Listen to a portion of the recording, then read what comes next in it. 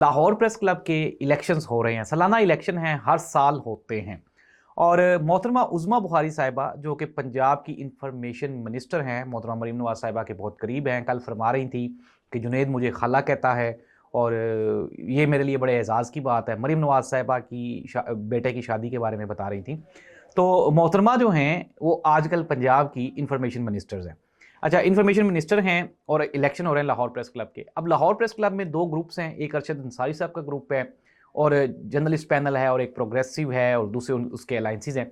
अच्छा, अब मोहतरमा जो उज़मा बुखारी साहिबा हैं उन्होंने ये एक बयान दिया। उन्होंने कहा जी इंतशारी टोले को रिजेक्ट कर दिया जाए, और यानी कि ना उन्होंने डायरेक्टली इन्फ्लुएंस करने की कोशिश की कि पंजाब में जो सहाफ़ी कम्युनिटी है उसको डिवाइड किया जाए।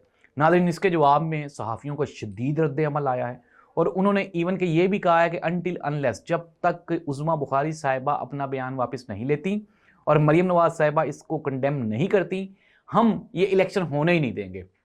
और साथ ही साथ ये भी कहा जा रहा है कि ये जो पंजाब गवर्नमेंट है वो ये चाह रही है कि अपनी मर्जी के सहाफ़ी जो हैं वो प्रेस क्लब में लाए जा सके। नाज़रीन, आपको याद होगा कि पंजाब बार कौंसिल का इलेक्शन, इस्लामाबाद बार कौंसिल का इलेक्शन, यानी वकला के जो इलेक्शन हैं उनके ऊपर भी हुकूमत असरअंदाज हुई। अब सहाफ़ियों के इलेक्शन हो रहे हैं, हुकूमत असरअंदाज हो रही है।